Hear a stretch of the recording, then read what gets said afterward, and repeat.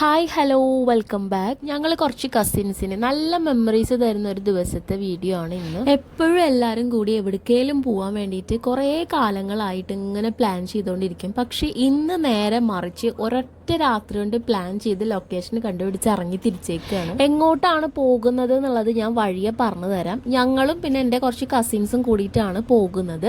ഇപ്പം ഞങ്ങൾ പോകുന്നത് കുറ്റിപ്പുറത്തേക്കാണ്. അവിടുന്ന് ട്രെയിൻ കയറാനാണ് പ്ലാൻ. അതിരാവിലെ 7 മണിക്ക് ഞങ്ങൾ വീട്ടിൽ നിന്ന് ഇറങ്ങിയിട്ടുണ്ട്.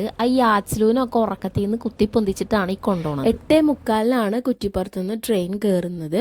പിന്നെ ട്രെയിനിന്റെ കാര്യങ്ങളൊക്കെ കൂടുതലും ഷാനയാണ് നോക്കുന്നത്. അതുകൊണ്ട് എനിക്കൊന്നും അറിയില്ല. അവർ കയറുന്ന ട്രെയിനിൽ കൂടെ ഞാൻ ഏതോ ഒരു കണ്ണൂർ എക്സ്പ്രസ്സിലാണ് കയറിയിട്ടുള്ളത്. അവരൊക്കെ റെയിൽവേ സ്റ്റേഷനിൽ വന്ന് നിൽക്കുന്നുണ്ടായിരുന്നു. ഞങ്ങൾ പിന്നെ ഇഞ്ചോടിഞ്ച് പോരാട്ടം എന്നുള്ള രീതിയിൽ കറക്റ്റ് ഏകദേശം 8:45 സമയത്താണ് അവിടെ എത്തിയത്. പിന്നെ വേഗം തന്നെ ട്രെയിനിൽ കയറി. ഞങ്ങൾ മൊത്തം 6 ആൾക്കാരാണ് ഉണ്ടായിട്ടുണ്ടായിരുന്നത്. പിന്നെ ഞങ്ങൾ പിള്ളേർ കയറിയ ഉടനെ സീറ്റൊന്നും കിട്ടിയിട്ടുണ്ടായിരുന്നില്ല. ഞായറാഴ്ച ആണെങ്കിലും അത്യാവശ്യം ആൾക്കാരൊക്കെ ഉണ്ടായിരുന്നു. കുറെ കല്യാണത്തിന് പോകുന്ന ആൾക്കാർ, അങ്ങനെ കുറെ അല്ലറ ചില്ലറ ആൾക്കാരൊക്കെ ഉണ്ടായിരുന്നു. പിന്നെ എല്ലാവരും കൂടി ആണച്ചെങ്കിൽ ഇരുന്നാലും കുഴപ്പമില്ല, നിന്നാലും കുഴപ്പമില്ല, നല്ല എൻജോയ്മെന്റ് ആയിട്ട് പോവാം. അച്ഛലൂന് ട്രെയിനിൽ പോവാനൊക്കെ ഇഷ്ടമാണ്. പക്ഷെ കുറച്ച് കഴിഞ്ഞപ്പോൾ അവനക്ക് ചെറുതായിട്ടൊരു മടുത്ത് തുടങ്ങി തോന്നുന്നു. പിന്നെ അവന് വയ്യ, നിൽക്കാൻ വയ്യ എന്നൊക്കെ പറഞ്ഞിട്ട് ഞാൻ എടുത്ത് നിൽക്കുമായിരുന്നു. പിള്ളേരായിട്ട് പോകുന്ന കാരണം ഞങ്ങൾ തള്ളാര് ഫുൾ പ്രിപ്പറേഷനിലാണ് പോയിട്ടുണ്ടായിരുന്നത്. കുറച്ച് കഴിഞ്ഞ് നോക്കുമ്പോൾ കുട്ടികൾക്കൊക്കെ ഏകദേശം മടുത്ത് അവർക്ക് ഒരു എന്താ പറയുക, ഒരു ബോറടിയൊക്കെ തുടങ്ങി നോക്കുമ്പോൾ ഞങ്ങൾ സ്നാക്സ് ഒക്കെ പുറത്തേക്ക് എടുത്തു. ഞങ്ങൾ പോകുന്നത് എങ്ങോട്ടാന്ന് വെച്ചിട്ടുണ്ടെങ്കിൽ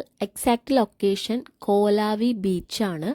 അതിന് മിനി ഗോവ എന്നൊക്കെ പേരുണ്ട്. അതൊരു ഹിഡൻ സ്പോട്ടാണ്. ഞങ്ങൾ വടകരയ്ക്കാണ് ടിക്കറ്റ് എടുത്തിട്ടുണ്ടായിരുന്നത്, അവിടെ ഇറങ്ങാന്ന് വെച്ചിട്ട്. പക്ഷെ പിന്നെ അതിന് മുന്നേ ഞങ്ങൾ അങ്ങനെ എന്തൊക്കെയോ സെർച്ച് ചെയ്ത് അതിന് മുന്നത്തെ സ്റ്റോപ്പായ പയ്യോളിയിലാണ് ഞങ്ങൾ ഇറങ്ങിയത്. ഈ ഒരു ലൊക്കേഷൻ ഞങ്ങൾക്ക് പരിചയപ്പെടുത്തി തന്നതും ഞങ്ങൾ അങ്ങോട്ട് നയിച്ചു കൊണ്ടുപോകുന്നതും ഷാനയാണ്. അവളും അവളുടെ ഫ്രണ്ട്സും മുന്നേ അങ്ങോട്ട് പോയിട്ടുണ്ട്. ഫോട്ടോസൊക്കെ കണ്ടപ്പോൾ പിന്നെ ഞങ്ങൾക്ക് കൂടുതലൊന്നും ആലോചിക്കേണ്ടി വന്നില്ല. ഇനി ഈ ഒരു ലൊക്കേഷൻ ആദ്യമായിട്ടാണ് കേൾക്കുന്ന ആൾക്കാർ പോകാൻ താല്പര്യമുണ്ട് എന്നുണ്ടെങ്കിൽ കണ്ണും പൂട്ടി ഇറങ്ങിക്കോളി. പോകുന്നത് വെർത്താണ്. കാരണം അത്രക്കും ഭംഗിയാണ് അവിടെ കാണാൻ. വെള്ളവും ആകാശം പച്ചപ്പൊക്കെ ഇഷ്ടപ്പെടുന്ന ആൾക്കാർക്ക് 100% ആ ഒരു സ്ഥലം ഇഷ്ടപ്പെടുന്ന എനിക്ക് ഉറപ്പാണ്. ഞങ്ങള് പയ്യോളി സ്റ്റേഷനിൽ ട്രെയിൻ ഇറങ്ങിയിട്ട് പിന്നെ അവിടുന്ന് ഒരു ഓട്ടോ വിളിച്ചിട്ട് ഈ ലൊക്കേഷനിലേക്ക് പോകാനാണ് പ്ലാൻ. ഞങ്ങൾ ട്രെയിൻ ഇറങ്ങിയിട്ട് ഓട്ടോ വിളിക്കുന്നതിന് മുന്നേ അപ്പോൾ ഒരു സമയം ഒരു 11 മണി കഴിഞ്ഞിട്ടുണ്ടായിരുന്നുള്ളൂ.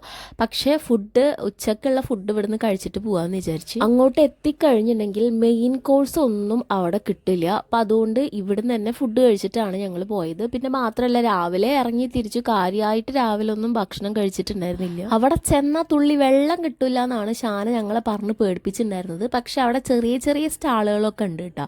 എന്നാലും ഞങ്ങൾ ഇവിടുന്ന് വെള്ളവും ലേസ് അങ്ങനത്തെ കുറച്ച് സാധനങ്ങളൊക്കെ മേടിച്ചിട്ടാണ് പോയിട്ടുണ്ടായിരുന്നത്. പിള്ളേർ കൂടെ ഉള്ളതല്ല. ഓട്ടോയിൽ വരുമ്പോൾ റോഡ് സൈഡൊക്കെ കഴിഞ്ഞ് ഇതേപോലെ കുറേ ദൂരം ബീച്ചിന്റെ സൈഡിൽ കൂടെയാണ് ട്രാവൽ ചെയ്യുന്നത്.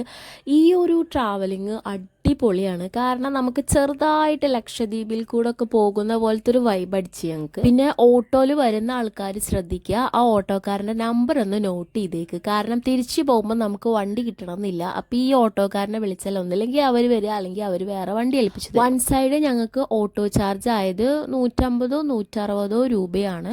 ഏകദേശം ഒരു ഡിസ്റ്റൻസ് നിങ്ങൾക്ക് കാൽക്കുലേറ്റ് ചെയ്യാലോ. ഇനി അഥവേ എൻ്റെ വീഡിയോ കണ്ടിട്ട് ആരെങ്കിലും വരുന്നുണ്ടെങ്കിൽ അല്ലെങ്കിൽ അവർക്കൊരു ഇൻഫർമേഷൻ ആയിക്കോട്ടെ എന്ന് വിചാരിച്ചിട്ട് പറഞ്ഞതാണ് കേട്ടോ. ലൊക്കേഷനിലേക്കുള്ള നമ്മളെ യാത്ര ഇവിടം കൊണ്ട് അവസാനിച്ചിട്ടില്ല.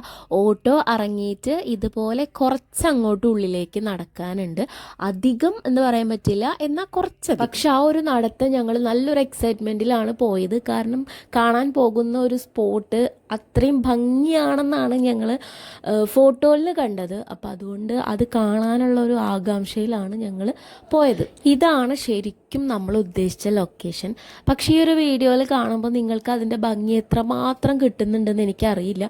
ഇതിൻ്റെയൊക്കെ 100 ഇരട്ടിയാണ് നമുക്ക് അവിടെ പോയാൽ ആസ്വദിക്കാൻ പറ്റും. ഒരു സൈഡിൽ ബീച്ച്, ഒരു സൈഡിൽ കുറേ കനൽക്കാടുകളൊക്കെ ആയിട്ട് നല്ല ഭംഗിയായിരുന്നു കാണാൻ. പിന്നെ എനിക്ക് പറ്റിയ അബദ്ധം എന്താണെന്ന് വെച്ചാൽ, അബദ്ധമല്ല അത്, എന്നെ സംബന്ധിച്ചിടത്തോളം അതൊരു നല്ല കാര്യമാണ്. അതായത് കുറച്ച് വീഡിയോസ് എടുത്തുള്ളൂ. അവിടെ ചെന്ന് നോക്കുമ്പോൾ ഞാൻ വീഡിയോസ് എടുക്കാൻ മറന്നുപോയി. പിന്നെ ഒരു കണക്കിന് പറയുകയാണെങ്കിൽ നമ്മളവിടെ ആസ്വദിക്കാനും എൻജോയ് ചെയ്യാനൊക്കെയാണല്ലോ പോയത്. മക്കളൊക്കെ നന്നായി എൻജോയ് ചെയ്തിട്ടുണ്ടായിരുന്നു. നമ്മൾ അവർക്ക് ഒരു ലിമിറ്റേഷനും വെച്ചിട്ടുണ്ടായിരുന്നില്ല. പിന്നെ വെള്ളത്തിൽ കളിയായ കാരണം അവർക്ക് എക്സ്ട്രാ ഡ്രസ്സൊക്കെ നമ്മൾ എടുത്തിട്ടുണ്ടായിരുന്നു. അവിടുത്തെ ചില ഏരിയ ഏരിയകൾ കുറച്ച് ആഴമുള്ള ഭാഗമുണ്ട്. അതൊക്കെ ഒന്ന് ശ്രദ്ധിച്ചാൽ ബാക്കിയൊക്കെ സേഫായിട്ട് മക്കൾക്ക് അടിച്ചു പൊളിക്കാം. മക്കൾ മാത്രമല്ല ഞങ്ങളും വെള്ളത്തിലൊക്കെ ഇറങ്ങി നന്നായി എൻജോയ് ചെയ്തിട്ടുണ്ടായിരുന്നു. അവിടുന്ന് എടുത്ത കുറച്ച് അടിപൊളി ഫോട്ടോസ് ഞാൻ ഇതിൻ്റെ കൂടെ ആഡ് ചെയ്യുന്നുണ്ട്.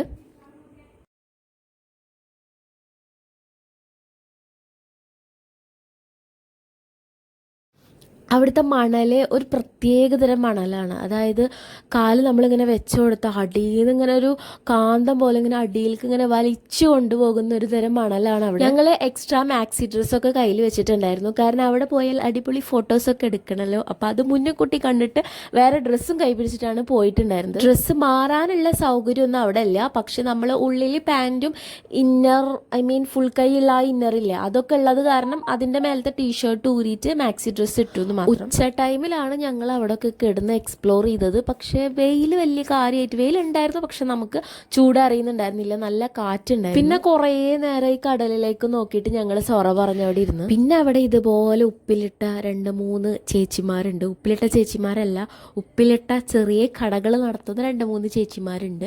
അവരെയൊക്കെ അടിപൊളി ഉപ്പിലിട്ട, എനിക്ക് അവിടുത്തെ ഏറ്റവും ഇഷ്ടപ്പെട്ടത് മറ്റേ പൈനാപ്പിൾ ഉപ്പിലിട്ടത് മൊത്തത്തിൽ ഇഷ്ടമാണ്. അവിടുന്ന് നമ്മളെ കടൽക്കാറ്റും കൊണ്ട് കഴിക്കുമ്പോൾ ഒരു പ്രത്യേക രസം. ആവശ്യത്തിനും അതിൽ അധികവും എൻജോയ് ചെയ്ത് ഞങ്ങൾ ഉപ്പിലിട്ടതും ലേസും പിള്ളേർക്ക് ലേസും അങ്ങനെ എന്തൊക്കെയോ വാങ്ങി കഴിച്ചു. പിന്നെ ഒരു 3 മണിയൊക്കെ ആയപ്പോൾ ഞങ്ങൾ അവിടുന്ന് റിട്ടേൺ അടിച്ചു. കാരണം ട്രെയിൻ 4:15 അപ്പോൾ പിള്ളേരൊക്കെ ഉള്ള കാരണം നമുക്ക് റിസ്ക് എടുക്കാൻ വയ്യ, ലേറ്റ് ആവാൻ വയ്യ. അപ്പോൾ അതുകൊണ്ട് ഒരു 3 മണിയൊക്കെ ആകുമ്പോൾ തന്നെ ഇങ്ങോട്ട് വരുമ്പോൾ നമ്മൾ ഓട്ടോ ഇറങ്ങിയിട്ട് കുറച്ച് നടന്നിട്ടുണ്ടായിരുന്നല്ലോ. അതേപോലെ തിരിച്ചു പോകുമ്പോഴും നടക്കണ്ടേ, എന്നാലല്ലേ ഓട്ടോ കിട്ടുള്ളൂ. ഇങ്ങോട്ട് വരുമ്പോൾ വേറെ വഴി കൂടെ വന്നത്, അങ്ങോട്ട് പോകുമ്പോൾ വേറെ വഴി കൂടെയാണ് പോയത്. തിരിച്ചു പോകുമ്പോൾ കണ്ട ആ വഴിയിലുള്ള ചെറിയൊരു സ്പോട്ടാണത്. അത് കണ്ടപ്പോൾ തന്നെ ചാന ചാടി കയറി നിന്നിട്ടുണ്ട് ഫോട്ടോ എടുക്കാൻ. ഇപ്പോൾ മൊത്തം ഞങ്ങളെ സംബന്ധിച്ചിടത്തോളം ഫുൾ കളറായിരുന്നു. ഞങ്ങൾ മാക്സിമം എൻജോയ് ചെയ്തിട്ടുണ്ട്. പക്ഷേ തിരിച്ചു വരുമ്പോഴാണ് ഞങ്ങൾക്ക് കുറച്ച് ബുദ്ധിമുട്ടുണ്ടായത്. കാരണം ട്രെയിൻ ഒന്ന് ഡിലേ ആയിട്ടുണ്ടായിരുന്നു.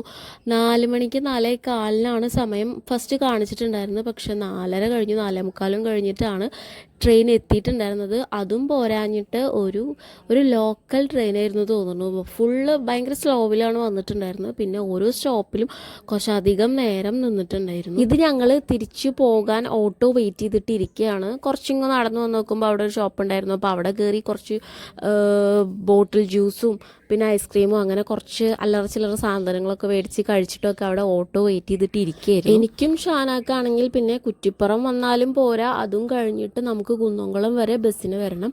ഒരു 8 മണി ആയിട്ടുണ്ടായിരുന്നു ഞങ്ങൾ കുറ്റിപ്പുറം എത്തുമ്പോൾ. അതും കഴിഞ്ഞ് അവിടുന്ന് ബസ്സാണെച്ചെങ്കിൽ ഇല്ലാതെ കുറേ വെയിറ്റ് ചെയ്തിട്ടാണ് ബസ് കിട്ടിയത്. അതും കഴിഞ്ഞൊരു തിരക്കിൽ ബസ്സിൽ കയറി വന്ന കഥ. ഓ മൈ ഗോഡ്, ഷാനാനെ കാണാനില്ലാണ്ടായി എന്നൊക്കെ ഞാൻ വിചാരിച്ച്. ഭാഗ്യത്തിന് എല്ലാവരും കൂടി എല്ലാവരും അല്ല, ഞാനവളും ബസ്സിൽ കയറി തിരിച്ച് വീട്ടിലെത്തി. അപ്പോൾ ഇതൊക്കെയാണ് ഞങ്ങൾ ഇന്നത്തെ ട്രിപ്പിൻ്റെ വിശേഷങ്ങൾ.